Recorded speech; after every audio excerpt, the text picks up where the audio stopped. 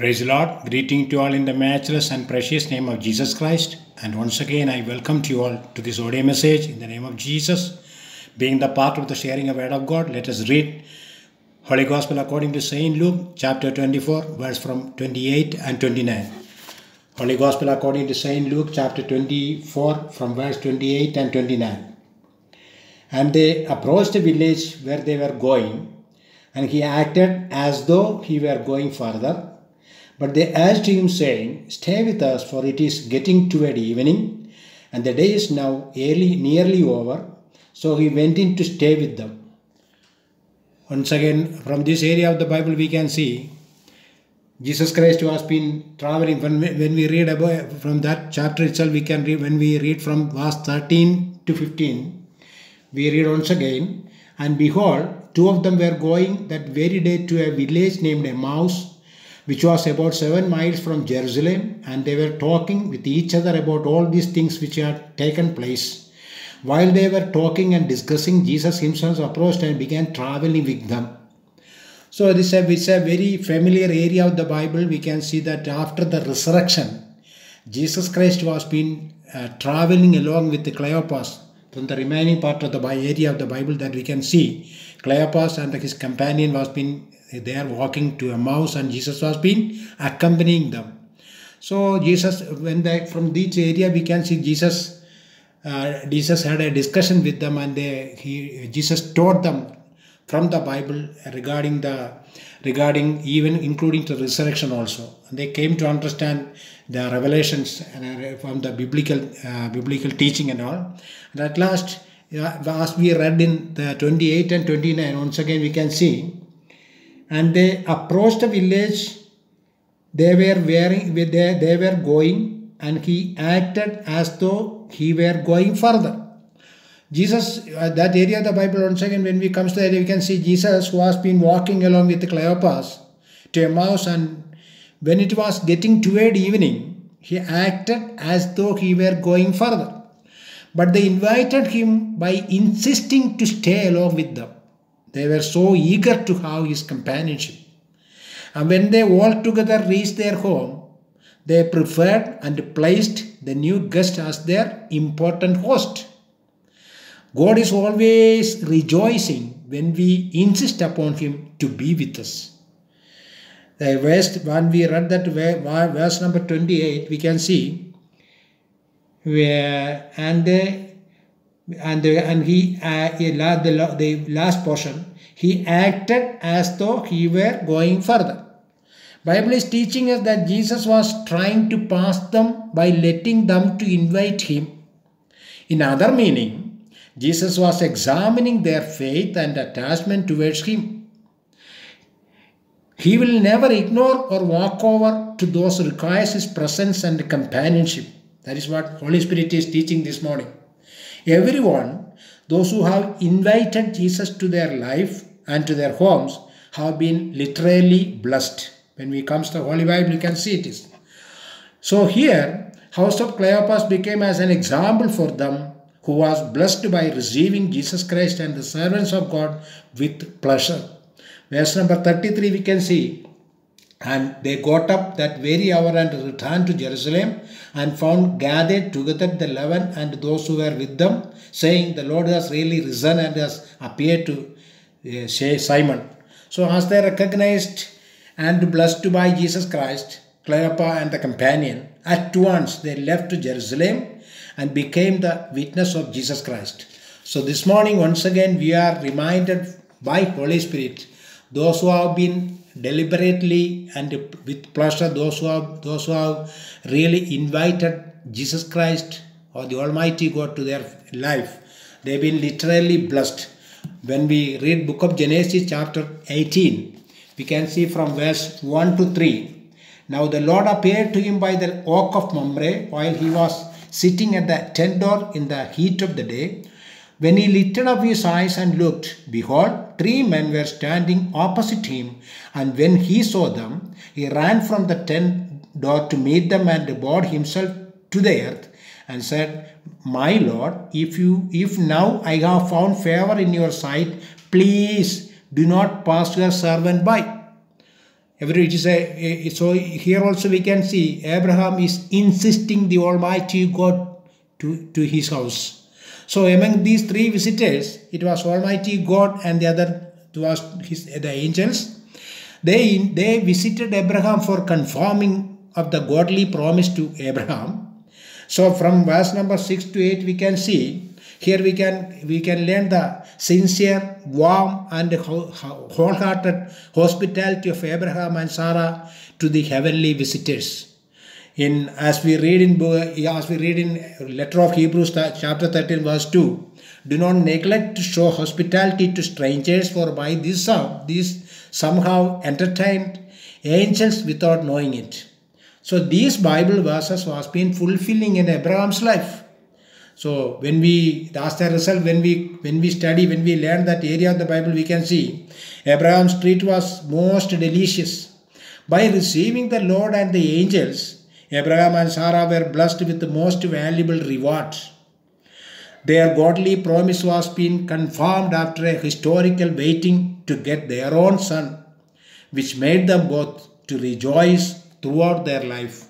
So once again this morning, we are also it is a reminding from Holy Spirit that those who are really sincerely invited Jesus Christ to their life, they have been literally blessed. Holy Gospel according to Saint Luke chapter 10 verse 38 and 39, we read, now as they were traveling along, he entered a village, and a woman named Martha welcomed him into her home.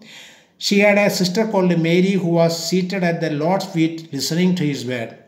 This area of the Bible we can understand.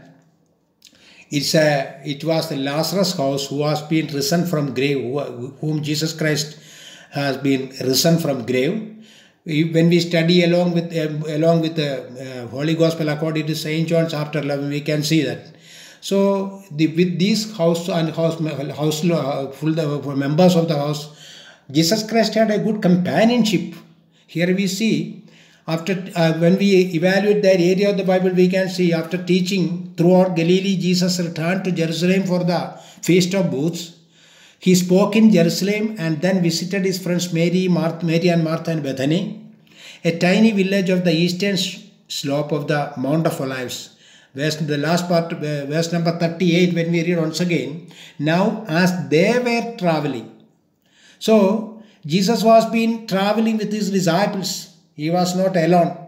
Even though they were a group of men, Martha and Mary were dedicated enough to welcome Jesus and the disciples wholeheartedly. Thus at last the whole household were blessed. So it was not a problem for Martha and Mary that there were more than Jesus and his disciples were more than nearly 12 disciples and other. When they are reaching a big group of people, even though they came and they were wholeheartedly welcomed and prepared food, and they had a dedication to receive Jesus in their home. That's why when we learn about how the Lazarus house was being blessed, we can see when Lazarus was being sick, the sisters sent the message to Jesus Christ. We can see Holy Gospel according to Saint John chapter 11 from verse 1. Now a certain man was sick, Lazarus of Bethany, the village of Mary and their sister Martha. And from verse number 3. So the sisters sent word to him saying, Lord, behold, he whom you love is sick. But when Jesus heard this, he said, this sickness is not to end in death, but for the glory of God, so that the Son of God may be glorified by it. So we can, from when the verse number 3, he whom you love is sick.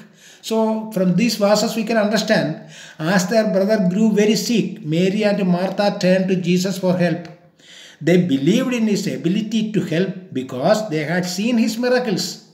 In our life also, we too know of Jesus' miracles, both from scriptures and through changed lives we have seen. When we need extraordinary help, Jesus offers extraordinary resources also. We should not hesitate to ask him for assistance. In this case, verse number 4 can see, But when Jesus heard this, he said, the sickness is not to end in death, but for the glory of God, so that the Son of God may be glorified it. So in our life also, any trial a believer face can ultimately bring a glory to God, because God can bring good out of any bad situations. When trouble comes, this morning Holy Spirit is asking to examine ourselves. When trouble comes, do we grumble, complain and blame God, or do we see our problems as opportunities to honor Him? The Holy Spirit is reminding us how we are responding. And again, when we read how verse number 5 and 6. Now Jesus loved Martha and her sister and Lazarus. So when he heard that he was sick, he then stayed 2 days longer in the place where he was. So Jesus, that area of the Bible is teaching us that Jesus loved this family and often stayed with them. He knew their pain but did not respond immediately. His delay had a specific purpose. God's timing, especially His delays, make us think He is not answering the way we want. But He will meet all our needs according to His perfect schedule and purpose. Patiently wait His timings. Here we can see the Lazarus, the two sisters and this brother Lazarus had a very dearest. They had a good attachment with Jesus Christ. They received Jesus, stayed in their homes, and they received Jesus in their homes. It never came futile, but they been blessed, and Lazarus was being risen from grave at last, and it was a tremendous, unexpected. When we study that area of the Bible, we can see the whole household of Lazarus was being blessed in never expected way by receiving Jesus to their life. So always God is not a God who forgets us. Always He remembers us. When we comes to Book of Revelation, we can see Book of Revelation chapter 3 verse 20. Revelation chapter 3 verse 2. Behold, I stand at the door and knock. If anyone hears my voice and opens the door, I will come into him and will dine with him and he with me. We can see it is the letter. It comes in the message to church at Laodicea. And from verse 15 and 16, I read once again here. I know your deeds, that you are neither cold nor hot. I wish that you were cold or hot. So because you are lukewarm and neither hot nor cold, I will spit you out of my mouth. The church in Laodicea had become lukewarm and thus distasteful and repugnant. The believers didn't take a stand for anything. Indifference had led them to idleness. By neglecting to do anything for Christ, the church had become hardened and self-satisfied, and it was destroying itself. So when we evaluate the what was being the nature of the church of Laodicea, this was the nature of the Laodicean church. That's why Jesus Christ says, verse number 20, Behold, I stand at the door and knock. If anyone hears my voice and opens the door, I will come into him and will dine with him and he with me. So the church in Laodicea didn't have Christ's presence among them.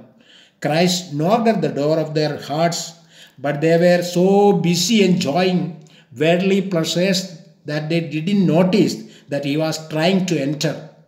The pleasures of this world, money, security, material possessions, can be dangerous because their temporary satisfaction makes us indifferent to church, to God, or to the Bible. We have begun to shut God out of our life. This morning, Holy Spirit says, we can leave the door of our heart constantly to God, constantly open to God, and we don't want to worry about hearing His knock. Letting Him in is our only hope for lasting fulfillment. Holy Spirit always reminding us this morning, Jesus wants to have fellowship with us, and He wants us to open to Him. He is patient and persistent in trying to get through to us, not breaking and entering, but knocking. He allows us to decide individually whether or not to open our lives to Him.